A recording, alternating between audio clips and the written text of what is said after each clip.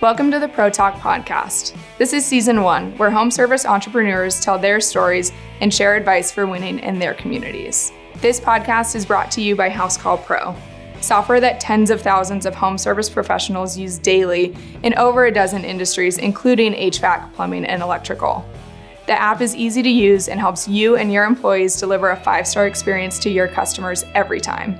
To learn more, go to housecallpro.com/podcast. In today's episode, we're back with Irum Jones, the owner of Electrician on Call. Hear what signals they followed to know when it was the right time to grow the business. Don't miss the first part of this interview and any other episode of the Pro Talk podcast on iTunes or YouTube.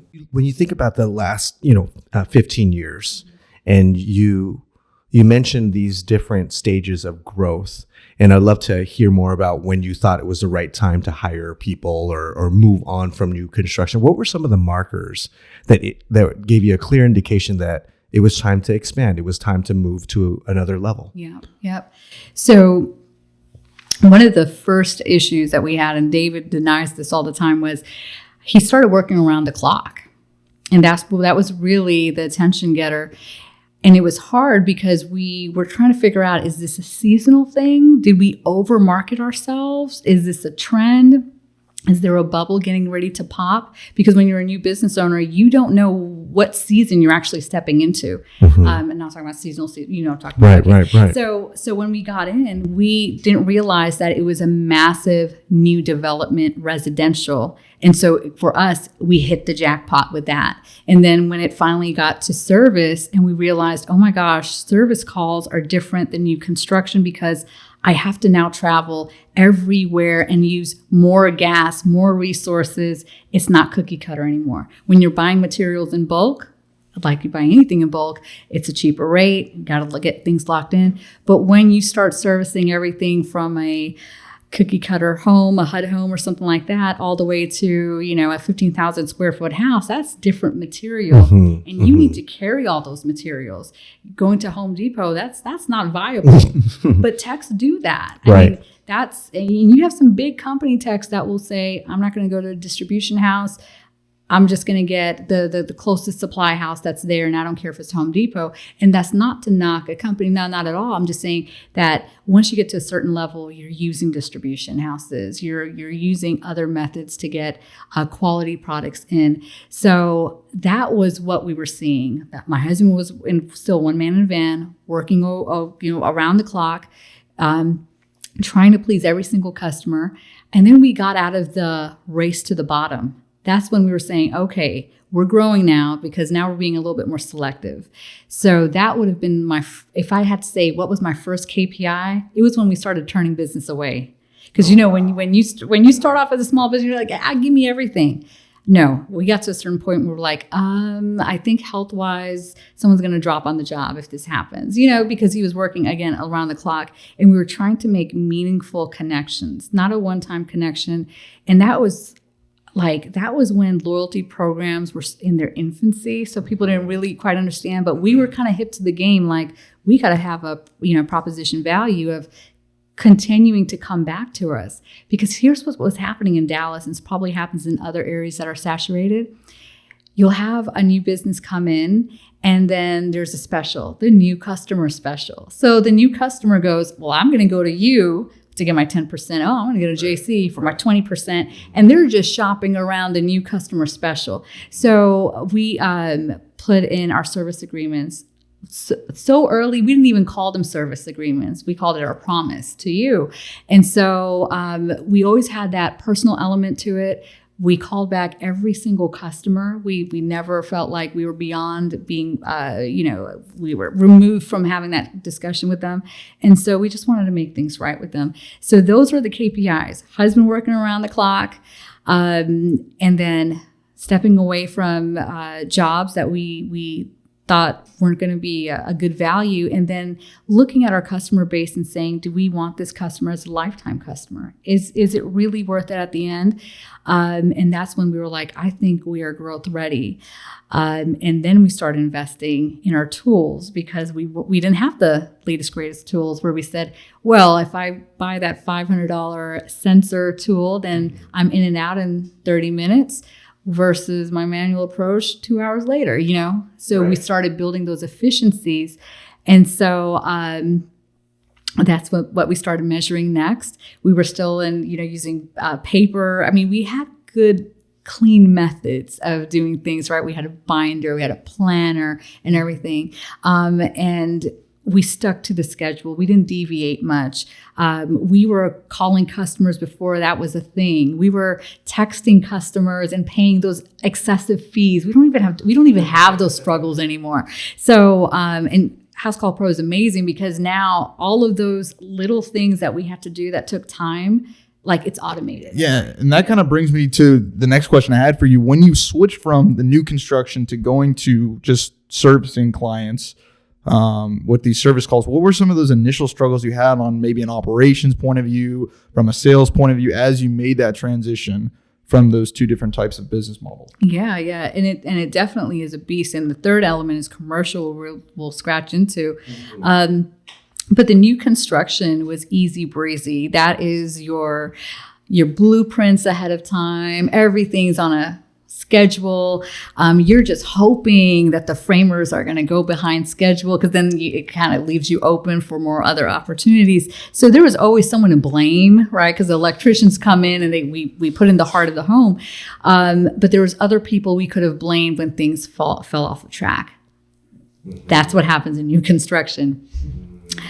During a service call, you're all in. The moment you step foot in that house, and if the light happens to flicker, if the vent happens to blow, it is your fault, right. Especially if you took out a tool, because now they're like, why did this happen? Too much of a coincidence. So you have to go in and explain and educate.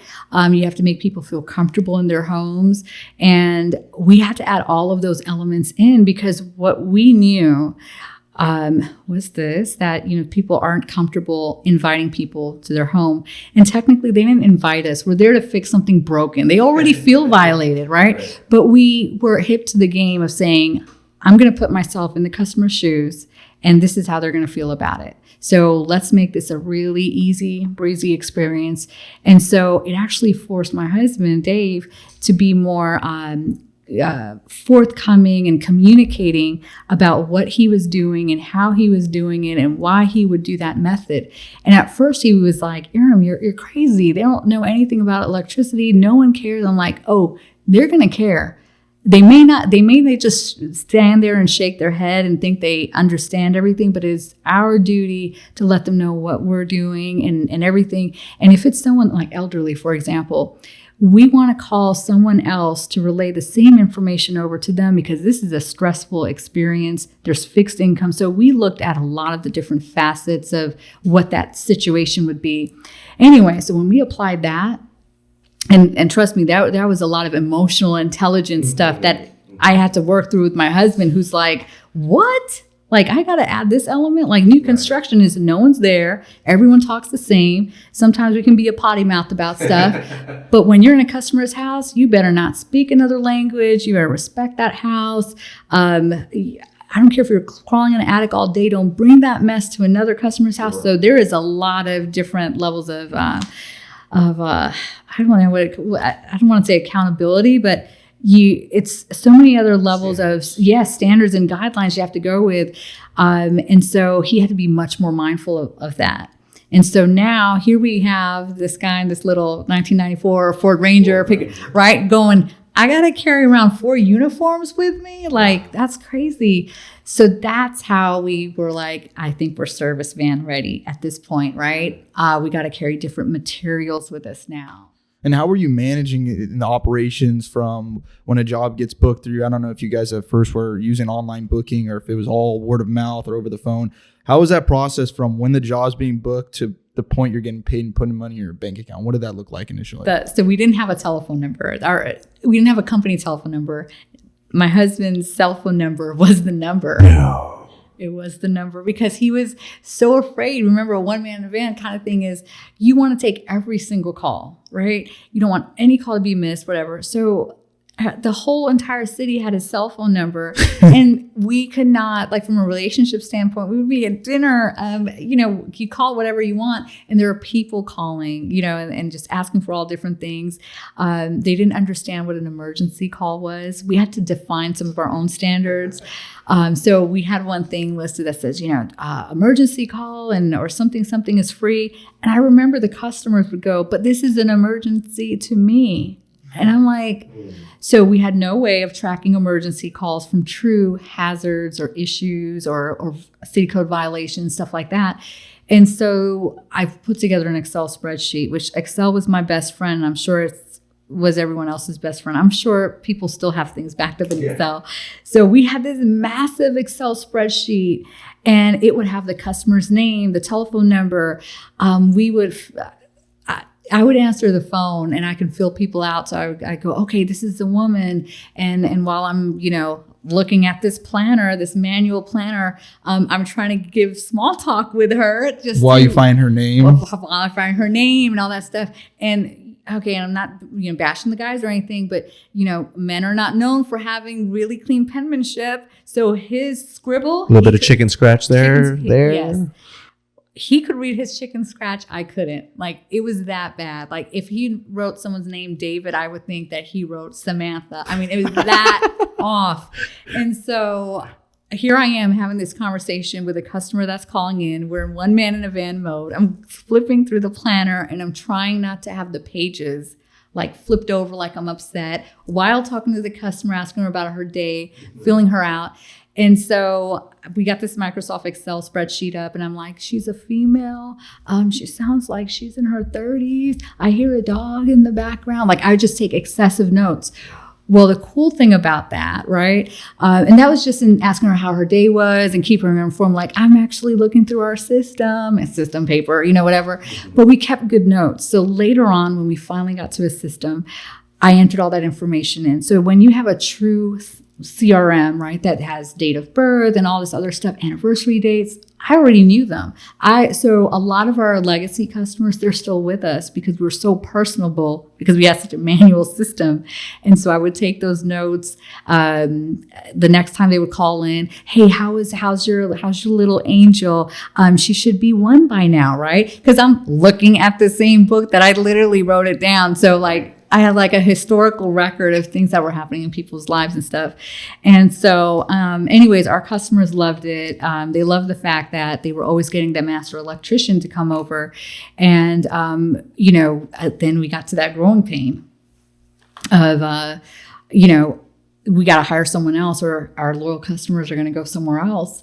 And so from a tracking perspective, I started putting tally counts, like literally like, I had to abandon X amount of calls, and I ran out of space in the planner and the Excel spreadsheet. So now I take the supersonic course of building flow charts and understanding what these flow charts mean. And when I took a look at those analytics, I was like, oh my God, like we need 5 more Daves, like ASAP. And that's, and looking at those chaotic numbers was what really opened up our eyes, because we could not operate in one man in a van anymore. We were at the point that if we continued to turn down business, people would have started giving us bad reviews. Can you provide some numbers, like as to the amount of trucks you have, the amount of employees, growth rate, percentages, things of that nature? Absolutely. So Electrician On Call is a little unique because this year was the first year that not only are we doing new construction, like commercial construction as well, and service, and our core is doing service. That's really where we want to be.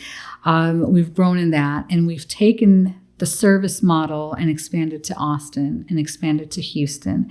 What we offer in those 2 cities, which has been a very big challenge, is that we only do maintenance, like building maintenance, or people that have portfolios of homes that are over 1.2 million, and it cannot be HUD related homes and stuff like that. So we're piloting a few things to see if we're finding our sweet spot. because we're in growth right now. Again, it's a different set of growing pains. So right now we have 16 total employees, and we fluctuate. We have 8 total vehicles, but in those vehicles we have dual license techs. So I don't have to have a 30-man group or 30-person group, because some of our techs can do HVAC and electrical.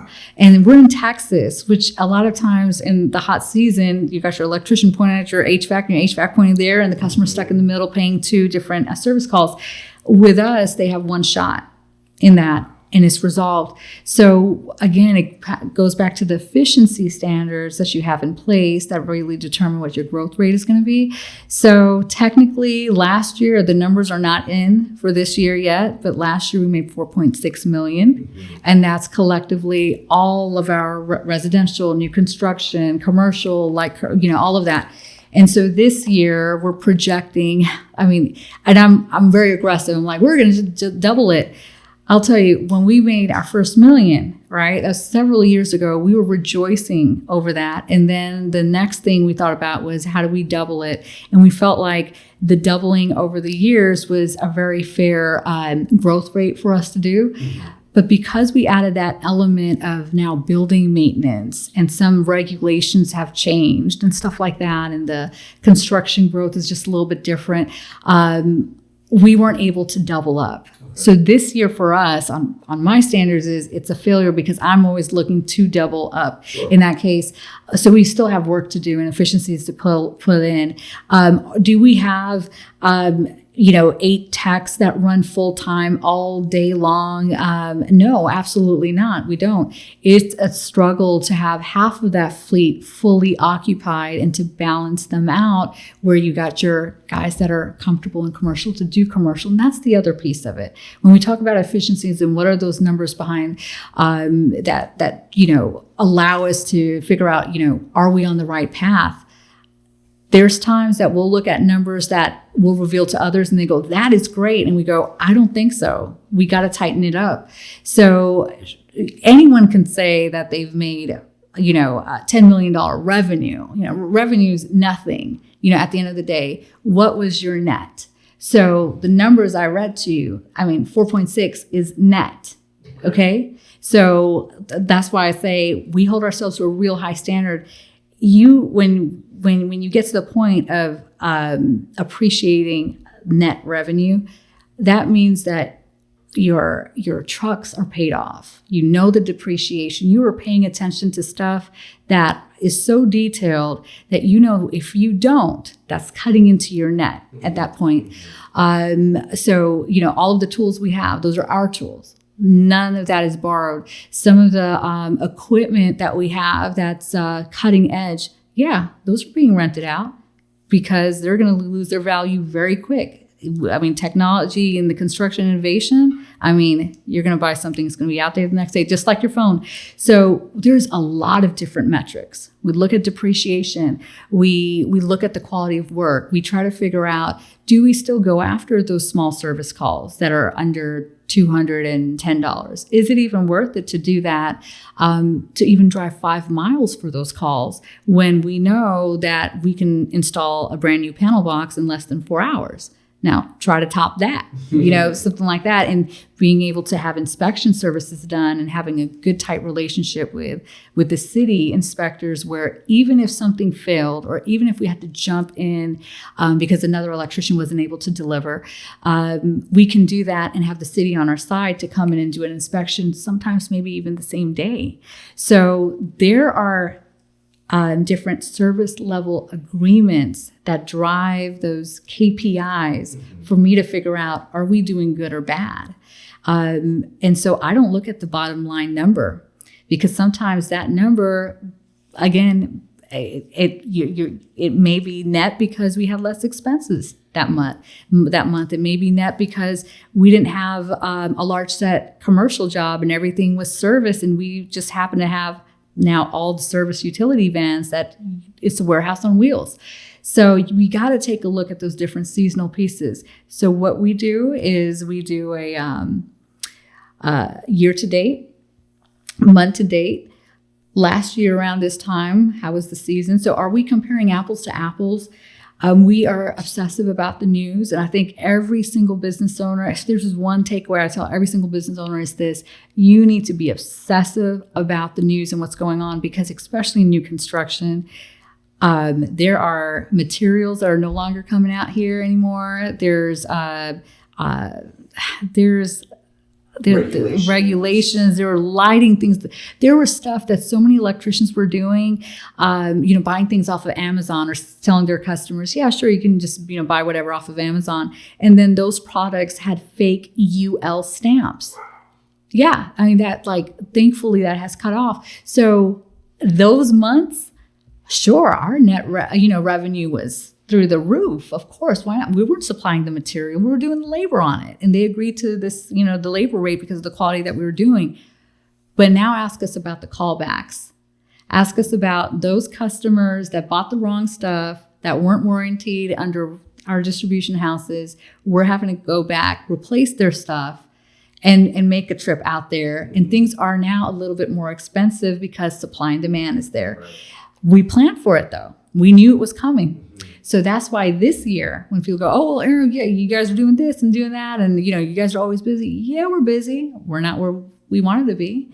But at the same time, we are very conservative in what we do, right? It's either feast or famine. And you should always operate under your famine mode, because then years that you don't meet your goal, you know exactly what to do. You know where to allocate things differently. So that's where we were. That's where we were on the KPIs. Just don't go straight for the revenue piece. Don't go straight for, how much you're making per truck. But what we try to do is on an annual basis, if our guys can make at least a single licensed person running a single van, no helper, should be bringing in at least $750,000 in revenue, at least. If not, we have some things to tighten up on efficiency. Yeah. And that kind of brings me back to, you were talking about the growth pains that you had initially when you guys were going from one guy, your husband. What were the processes that you guys put in place to hire new talent, new techs, new office admins, selecting the right people, managing the right people, onboarding the right people? What was your process when you were doing that? Oh, this is going to be fun. Okay. So you guys heard of this thing called Craigslist? Okay. And monster.com, does that even exist anymore? Yeah. I get some emails from them. Yeah. So we definitely everyone was posting on Craigslist. And if you're in Dallas and you're like, I never put, and yes, you did to find your person. Yeah, exactly. And then we would just weed out the ones to make sure that we had the ones that were licensed. And back then it was harder to verify if someone's licensing, because the internet has come a very long way, guys. We've been doing this for 20 years. So we had to call, verify things, verify the background checks. The onboarding experience for someone that we really like to come on would take at least, 2 weeks just to get them through the door, just so we knew are they saying who they say they are? And the reason why we did that is because it's so important to verify upfront the identity of folks. We're in Texas. It's a little different here. And I'm going to explain something really quick for those that are not in the state. Texas construction has always been booming. You always had the new construction and the service, right? And with new construction always comes the service piece. So you have people flocking to Texas, and some of them know how to do their stuff. They're just not licensed. Well, guess what? When you're a company, everyone has to be licensed when you're regulated. And we are in a regulated trade. So we had to turn people away that said, look, I got issues. I can't go through, I can't get my licensing. And when I say issues, I'm going to be really transparent what those issues are. In Texas, if you have, a smear, criminal, whatever, DUI, and just mistakes, it happens, whatever. Certain things won't allow you. There's certain safeguards that won't allow you to go into a person's home. You simply cannot, right? And so there were a lot of candidates, unfortunately, that were very skilled. They couldn't do what they needed to. And that's actually what prompted us to have that commercial division. Because someone can make a mistake and they can be such a skilled worker. And although we can't use you on the residential side, there's a lot of work on the commercial that we can outsource and get you to complete and still make a living. So we had to do that. So going back to your point about being manual about things and KPIs and tying that in. Well, if I was looking at commercial and something like that happened, oh, we're doing great in commercial. Yeah, but look what we lost on residential. We've lost not only a lifetime customer, but we lost this and all this other stuff. And then long term, commercial is a little flaky. By third, fourth quarter, projects are getting stripped behind you because people or companies are behind their timeline. So not everything is going to be there. So we ran into those type of issues. On onboarding, we had to verify everyone. It's the construction trade. It has that reputation that some people aren't verified. So you're inviting people to go into other people's homes. We have to be as safe as possible. So we had to make sure those background checks came in. Nowadays, those background checks are done within a day or two, and that's on the federal, state, local level. You got it. Nowadays, I'll say, we can onboard someone within 3 days, verify who they are, get the truck ready, the supply house will prep everything up. You got your toolkits in a box. They are ready to go. They spend some time with me in here. We do soft skill training. We do scenario-based training. Our interview process is, I joke around because we do the interview process like Google or whatever, because we're going to ask you all these out of the box questions because we want to get to know how you're going to react. So for example, a while back, we had a tech that many years ago, he says, I can do everything, but I'm not going to crawl in the attic. And we were like, okay, all right, fine. We'll just get you a helper. You're going to do what we're going to do. And then one of the customers asked him to, I guess, get something down from the attic because he was going to be up there anyways, but not crawling in the attic, but up there, fixing that light, which was right at the entry of the stairway.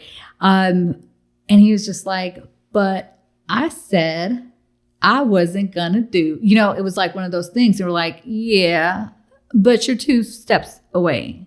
Get over it. And sometimes you have that hard conversation, and then especially a woman, oh my gosh. So back then I would tell my husband, you're going to have to deal with, that. I'll help you with hiring, feeling someone out. I'll give you all the red flags. If I see that red flag happen, they either have to get over it in this timeline, and I have a low patience level. I'm like, this timeline, or they have to go. Because at the end of the day, it is our business, and he or she will leave a smear that we weren't willing to take literally the extra step. It was 2 steps away.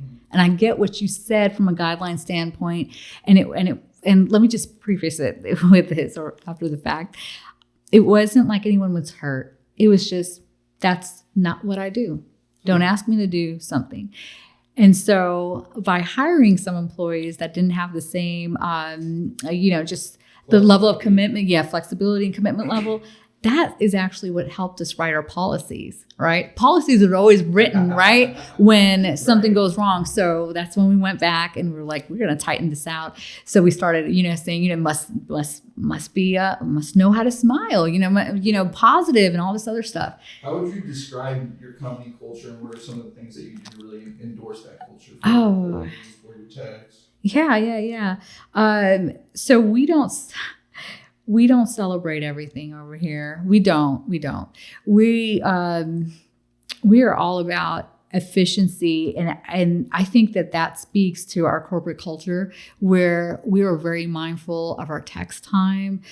We reward them and their family with making sure that they have time back with their personal lives, because I didn't have that. Mm-hmm. And when we interview them, we're like, hey, are you starting a family? You figuring out what is it that makes them tick, because money doesn't motivate everyone, right? So we understand that. We have discussions up front. So our employees know us to be very transparent, very flexible, and efficient. And because we value time more than money, and they understand that, and they get that. And our techs have showed us just their growth with us, that they've learned to become very efficient. We celebrate and always, push up great news, and stuff like that. But we don't pacify them. And I don't know if you all, whoever's hearing me saying this, understand what that word is. I've been in some environments where every single day they will pump you up and attempt to make you feel great, but they're not getting to the root issues that you have to actually deal with to actually grow. And so you have folks out there that are just, packing on more expectations, but they're not fixing some of their issues. And then they get burned out, the manager gets burned out and stuff like that. So we don't do any of that. We have a powwow in the morning. We call it our daily stand-up. And everyone chimes in. It happens around 6 or 7, depending on when people need to get to where they need to go to. And from that, we have visibility of what we need from each other. We have some really, really strict respect standards. There is no cursing. I mean, not even in, hey, no, we don't want that because it's a slippery slope. Sure. If you start saying that to me, you're going to start saying that to the customer. You're going to start, it's just, people take things different ways. So we have a standard of how we talk to one another. Up front, we have conversations about what is the right way to approach someone. And so by having those difficult discussions while you're in the honeymoon stage, right, getting to know each other, it's easier to have those conversations. Because if you don't have them and then you got that tension and then you start asking us like, wait, what are you talking about now? Better to be upfront. Yeah, better to be upfront. And so since we've put those policies in place and started having more discussions and check-ins, and Dave will check in personally, I'll check in personally, at least every other week, we're sitting down with our techs just saying, hey, how's it going? Is there something that you need? But again, we always come from an angle of how can we help you? Do you think that there's something that maybe you can help us with? Maybe I'm doing something inefficient. And so it goes both ways. So I think communication would be the number one thing. But, if you ask any of our folks, and I think you guys met Allie, but it's all about efficiency in here. I mean, don't come to me with a problem without having like 10 different versions of how we're going to fix it because we're going to get to a solution. But efficiency and just being solution focused. And I think that also ties into like our roots with like nonprofits and different organizations we help and stuff like that. We just want to make everyone efficient. We want to help them because like that's the right thing to do. Like, why would we keep resources to ourselves? If our guys don't have another job for another 2 hours, like our guys are so amazing, so amazing. I was telling another tech this, and I was like, our guys will take lunch, and sometimes they're like, you know what? I'm gonna eat lunch in my truck because I know that this, crossway has so much traffic around this time. Do you guys mind if I eat lunch in the truck? And I'm like, I really don't like that. Look, I'll park it there. I'll sit over there. Just, I know that this is an awesome spot. So I asked another business, do your techs do this with you? They're like, no. What is going on? How did you get them to do it? And it's not like we commission any of our techs. We pay our techs top dollar. And that's because we feel they're completely worth it. And we feel like by paying them top dollar and giving them benefits, they don't have to put on this salesman role. They can be great at being a tradesperson.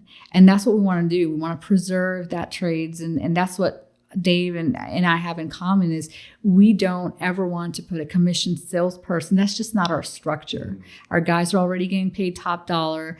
They some of them that have been with us for many years have equity in the company. This is how it is. So everyone appreciates being efficient, being transparent, solution oriented. I mean, I got a tech calling me, he's dirty for the day and all that. And he's like, I'll eat in the truck. I'm good. Am I not breaking, I'm going to break a policy if I do that, but is that cool? It's going to smell like onions, but that's an honest tech. That is amazing that they'll do that. Absolutely. So that's what we have going on over here. So Thanks for catching this episode of the Pro Talk podcast. Make sure to subscribe to get notified when future episodes come out.